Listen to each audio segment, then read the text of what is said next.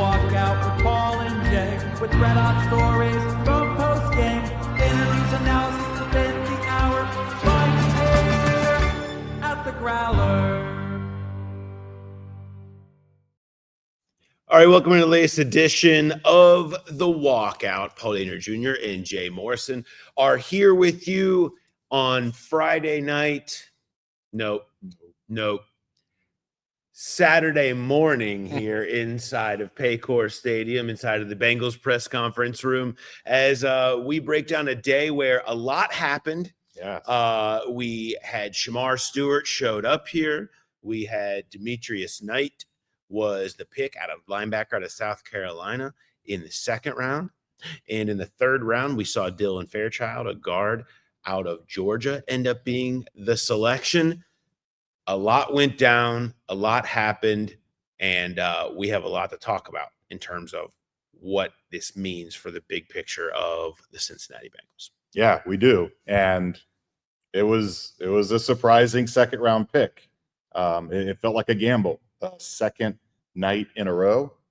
But after you think about it, I think maybe it's already paying off for the Bengals.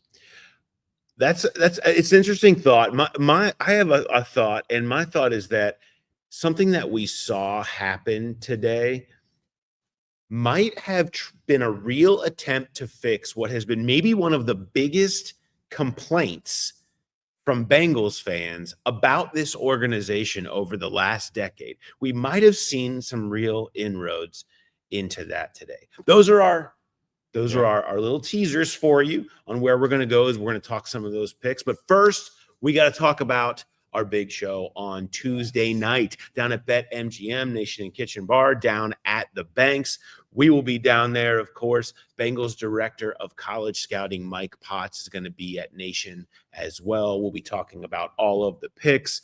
We will have free graders. There will be deals on food and on drinks, $3 Busch Light. We're giving away tickets. Yes. Tickets to the preseason game. You can win some of those. You know, it's really you're the tickets away guy. I mean, we have to have contests if Jay's going to be involved. So I'm happy to involve you. I've taken free tickets for far too long. It's time for me to give back. Oh, the give.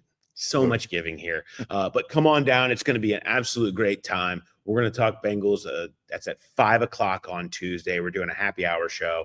6:40, the Reds' first pitch across the street. Such an awesome venue to go to before any game or event down there. And obviously a great place to go for all of our live shows, some of all of our live shows, both in season and the one we do on Tuesday, which is one of my favorites because we have a lot to talk about. Yeah. And we'll be talking about some of the guys that came off the board tonight.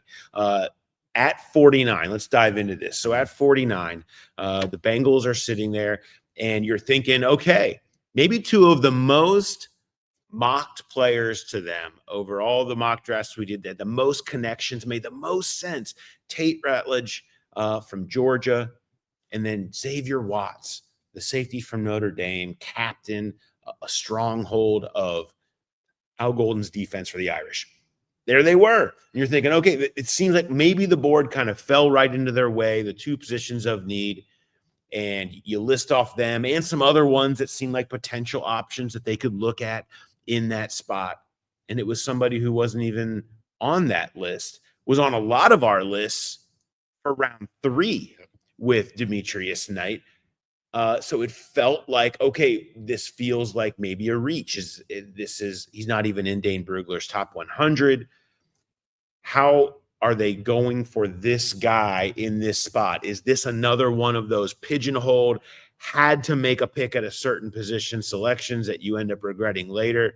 I guess time will tell with that one, but it was somebody that they felt very strongly about being the solution to a very big problem on their roster. Yeah, and they talked about, both Al Golden and Zach Taylor talked about the wait for that pick to come because they had Knight so much higher on their board. I mean, Al Golden said that was their pick waking up today.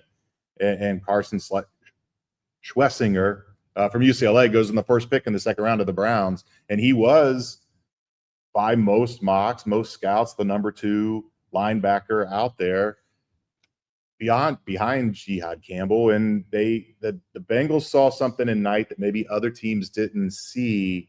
And it was that.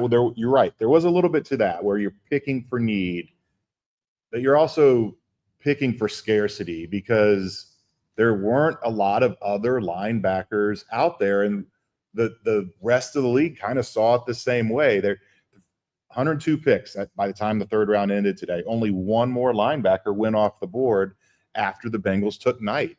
And so if they don't take him there and take a guard, then maybe they're left holding the bag and they don't get a linebacker. And then you wait till the fourth round to get one, and it's even scarcer to get a quality guy there. The flip side of that is you take Knight, you're happy. That was their guy. That's who they wanted. That's what they said. That was the guy they wanted when they came into the day. And then there's 4 more guards that go off. There was just a lot more quality there at the guard position, and they get one of them. And it's a guy that was a teammate of Tate Ratledge, another Georgia guy. And it just, when it happened, it felt like a head scratcher. Like, yeah, that was a reach. And then the more you see things play out and you hear them talk about not just why they were high on Knight as a player, but as a person, as a fit, and not just a fit in the scheme as a whole, but a fit as a partner to Logan Wilson. It does. You see the vision there for Al Golden and this defense as a whole. One of the things that was kind of used against Demetrius Knight is his age. He's 25, so he's an older player. But I think it works for him in this position. They need somebody who is mature enough and capable enough to come in and start immediately. Mm-hmm. Day one, they have a hole there, okay? Jermaine Pratt was never in their plans. There's a reason the trade request came back in January, and that they have never talked about him being a part of the solution here at any step of the way. He is not now, but it was sitting there, and they hadn't fixed it. They weren't going to do anything with that move until they actually fixed by putting someone in there. And it's, Demetrius Knight, it's funny, we talked about him in the run-up, but like who he is most comp to in multiple places is Jermaine Pratt. That's the exact type of player, and that's who you see when you look at him. And so they needed to have somebody that can come in and be that on day one. And he is somebody who went in, he was at 2 different schools, and he showed up in 1 year at South Carolina and became a captain and became a guy on a great defense that when they talk to players, Nicky Manwari and some of the other players from that South Carolina defense, they all said the same thing. We looked to Demetrius Knight. We looked him. He was the guy. He was the leader. He was the communicator. And Al Golden has talked about the need for elite communicating skills at the linebacker position. It's something they have to have. They felt like they needed that leadership and stability there where it maybe had been lacking. Didn't feel like you had people who were going to properly run the system and be in the right spots. And it's clear they felt like this was one of the very few guys, and arguably maybe the last guy available, that could do just that immediately. And that's where he becomes somebody where you could see, okay, I get why maybe they prioritized him higher. Maybe it's a touch of a reach because they didn't handle it properly in free agency, and that's a knock that they'll have to live with. But that doesn't necessarily mean that this didn't make perfect sense for them to go and be aggressive with going for that guy right now. Yeah, and it's not just, they talked about he comes in, he transfers his first year at South Carolina, and he's voted a captain right off the bat. That's impressive. He talked about all the glowing recommendations from the people that knew him best. It wasn't just that they said great things about him. He said it was some of the best feedback that they've ever received on any prospect from people that knew him. And, oh, by the way, he didn't just get voted a team captain. He got voted team MVP on a really good defense.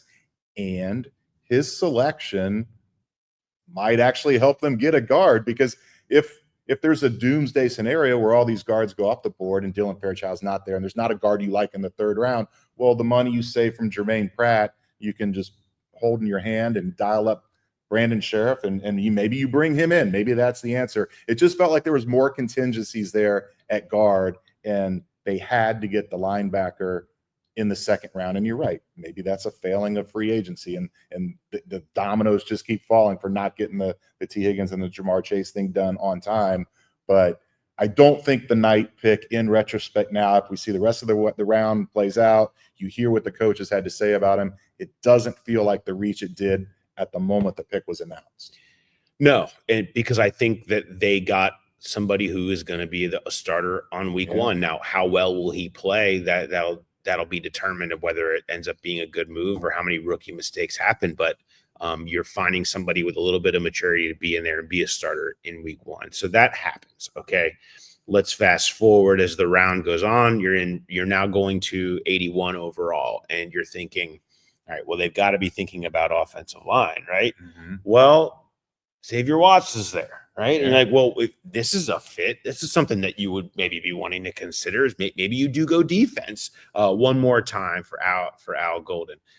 But it ends up being the offensive lineman, and they end up taking Dylan Fairchild from Georgia. Here's what I want to say about this that stood out to me, and I have a column up on The Athletic right now if you want to read more on this topic. What is the one thing that has been like the biggest knock on the Bengals drafting over the years? You can't draft offensive linemen. You can't develop offensive linemen. The last time that they drafted an offensive lineman and gave him a second contract was Clint Bowling in 2011. They've drafted 20 offensive linemen since then, and nobody's ever gotten one. They have done it, and it has not worked, right? Well, this is something that's really interesting when you learn about what happened. So Dan Pitcher and Scott Peters go specifically down to UGA, to Athens for the pro day. Offensive coordinator going to that. He went to maybe 2 this year there in Ohio State. It's not something you always see. That's because they saw these guys targeted, both Ratledge and Fairchild, but specifically Fairchild. And then you get this scene that Fairchild sets for us today as we talk to him, where he's like, and Peters is working me out, and we kind of locked up, and it was like you could feel the connection of my wrestling background and his jiu-jitsu background, and the sparks were flying, and it was a special moment. It feels more like it was a magical first date than it was some sort of a pro day visit, but it felt like, okay, this was something happened. And because you have Scott Peters, you didn't like the drafting development before. Frank Pollock leaves. You bring in somebody who's different. He's got this jiu-jitsu background. He's got the strike technique, and young players do seem to connect with that. But it's a specific fit where when you're looking for fits in these mid-rounds, you can find somebody who fits your style and is what you want. You can have these sparks flying connections, holding on to each other inside of the Georgia practice facility, which is great and fine. But you end up with this, and you can find answers in terms of the guy that fits your style, can fit your building, can come in and get good play out of. This is the opposite of the way they've done things before. I mean, it hasn't looked like this specifically. Not they didn't look for fits, but this is just different. This was a change at the coach, who does things a very different way than they've ever done it, and then allowing him to go find a different type of player than they've gotten before, whether it's leaning into the wrestling background or guys that would be familiar with what he's trying to do from a specific style standpoint. To me, that is an attempt to change the past. That is an attempt to change the failed strategies that they have used in terms of drafting and developing. And maybe this is the beginning of an answer. Now, it could be he could end up in the guard graveyard with Michael Jordan and J.J. Dielman and all the guys, Jackson Carman, that have come along the ways. Maybe it's different. But it feels like the different approach has a better chance of getting different results. Yeah, and that's what you need. And it was interesting where Dan Pitcher was talking about that they went down there primarily for Fairchild. And I thought that was interesting because Tate Ratledge is viewed as the better prospect by most people. And I asked Dan that. I said, well, does that mean you guys had him higher than Ratledge? He said, no, I don't want to say we had him higher, but he was their focus. And a big part of that is he's so good at pass blocking, and that's what they do here. And a lot of times those wrestlers with, the low, being able to anchor and use their body for leverage, and they excel in the run blocking. And it's not that he's a bad run blocker, and he said he loves run blocking, but he just does pass. He's a better pass blocker. And that is something that is top of need for this team and protecting Joe Burrow. He said it's the honor of his lifetime to be able to block for Joe Burrow. And I'm sure Joe Burrow loved hearing that. But you're right. It's a different approach, and the definition of insanity is keep doing the same thing over and over again and expect a different outcome. And so it was refreshing to see that.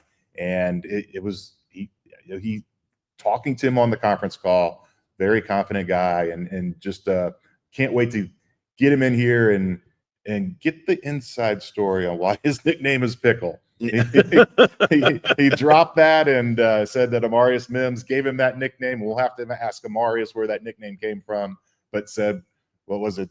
He called him. Amarius called him, or Dylan called Amarius, but the phone rings and it's, hey, Pickle. Yeah. How about that? Number one in pass block grade via PFF since 2023, Dylan Fairchild. So goes to the most pass heavy team, arguably in the league. And the other side of this is not only are you picking somebody for this system and this fit, you are clearing the path immediately to saying, hey, we are planning on you playing and playing immediately. They did not hide that. Oh. It was very clear. Let's bring you Dan Pitcher on the possibility of Dylan Fairchild playing and what that can look like. Is left guard his to win? Left guard is absolutely his to win. How do you view right guard? You mentioned left guard is his to win.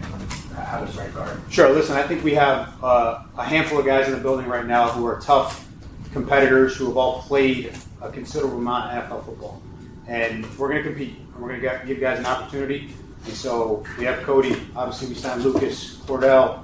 Now add Dylan to the mix. And there's other guys, too, that'll have an opportunity to show what they can do. So we're gonna compete, and those jobs are whoever shows they deserve the job are going to go out there and play for us. What do you think it was to get a guard and address it with a guy that you think can come in and compete right away? I think it's really important. I think he's a player that can compete right away. As we mentioned before, he's immediately thrown right in the mix at left guard, and he's a player with a lot of upside yet to realize.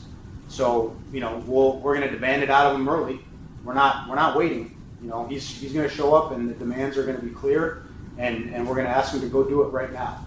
But we know that there's a process there too for him to grow and ultimately become an excellent player in this league. Do you want him to work on the right side too, or would it just be focused? We'll deal with that moving forward. I mean, obviously he's played all of his football at left guard, and so a young player bringing him into a new setting in the best league in the world, we want to put him in a position to have success. So that makes the most sense right now at left guard. It doesn't mean he won't cross train, and we'll figure out the pieces. They'll fall wherever they fall once we get to the season. But the initial plan is for him to work at left guard. There's a physical aspect, which is a position, obviously, but the mental aspect. What do you know about him mentally and his toughness and his nastiness? Yeah, I mean, the toughness and the nastiness is all over the tape. And then you go meet the kid and you look him in the eye and you hear him respond to these questions and you hear him talk about what's important to him, and it oozes out of him. I mean, that's who he is. It's central to who he is.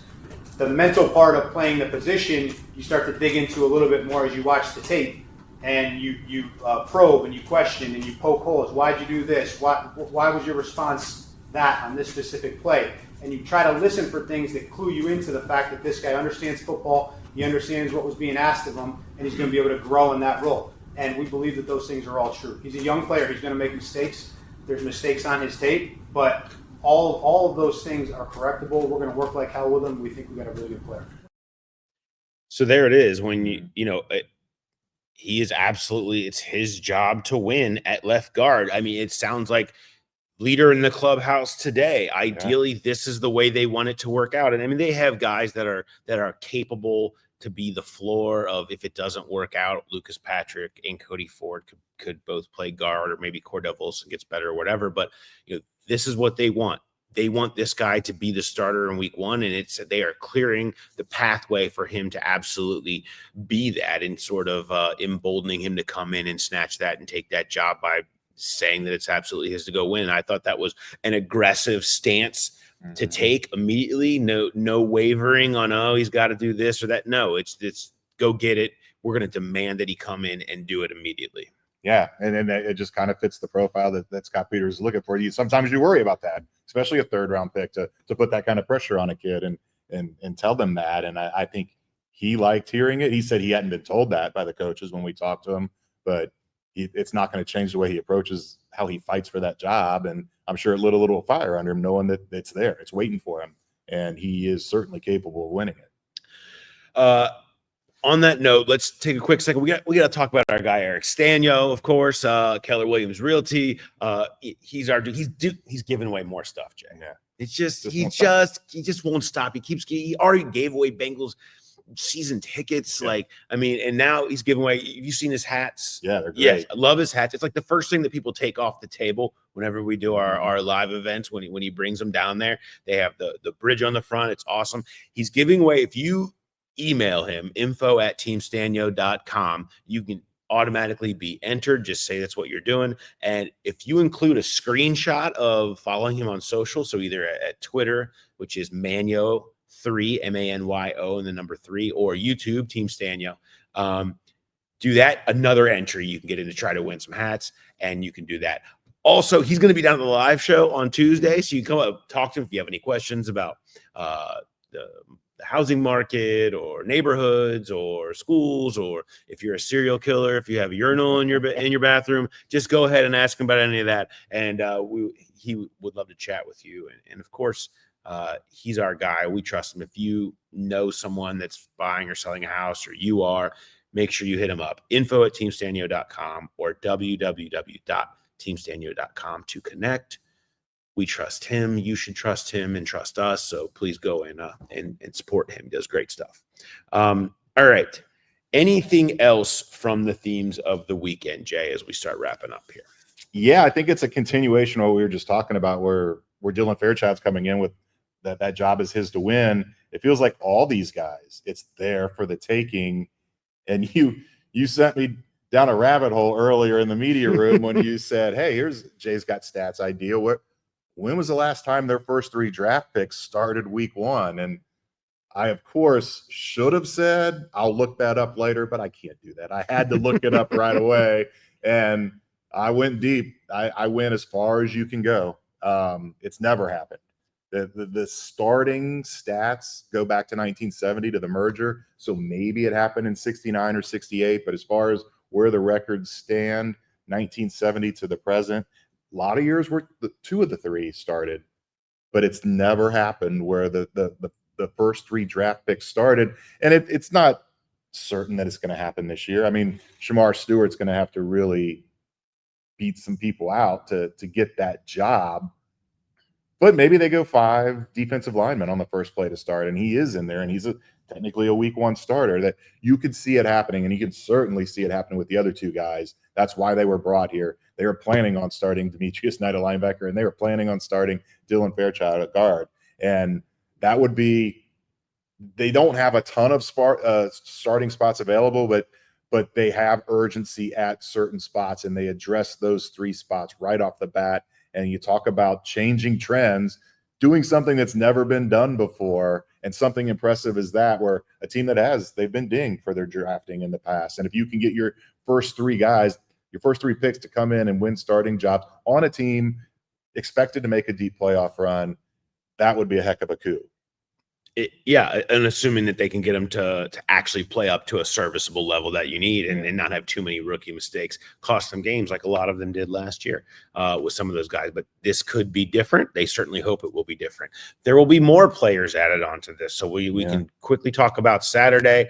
I think if you're looking at positions to expect at this point, certainly safety is going to be up there at the top. It's the one that didn't get picked to this point. There's some names available out there you can look at. I know we have boards up if you want to go look at some of the names that are available. There are still some. So potentially safety could be that 4th round pick. I think you're going to start to see the running back room, maybe a tight end could be thrown in. But for right now, they didn't add any picks. So right now, 4, 5, and 6 are the last 3 picks that they have on. They don't have the 7th round pick because of the Khalil Herbert trade. So maybe they try to move back at some point and add some kind of a pick to get a little bit one more maybe, but it does sound they probably end up in the situation that Duke Tobin talked about, and that was one of where they just enter undrafted free agency, trying to have to fill it out there and be going that direction. But still some needs.